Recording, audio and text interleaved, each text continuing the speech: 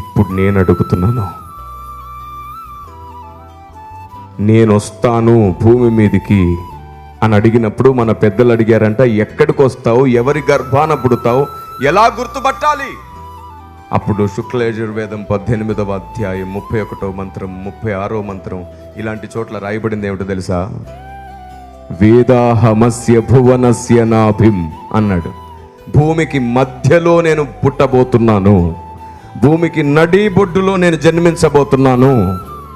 వేదాహమస్య భువనస్య నాభిం అంటే నాభి లాంటి చోట పుడతాను.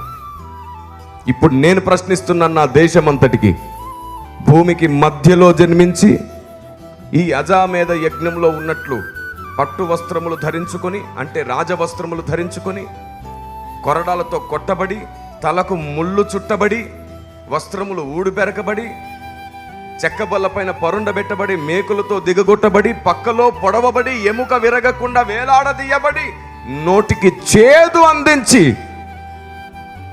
మరణించి తిరిగి లేచిన ఏ పశువును మీరు ఈరోజు భారతదేశంలో ఆరాధిస్తున్నారు? నాకు ఆ భూమధ్యపురంలో పుట్టిన పశువు దొరికింది. ఇదిగో లోక పాపములను మోసుకొని పోవు దేవుని గొర్రె పిల్ల. ఆయన పేరు నజరేయుడైన యేసు. ఆయన పేరు నజరేయుడైన యేసు.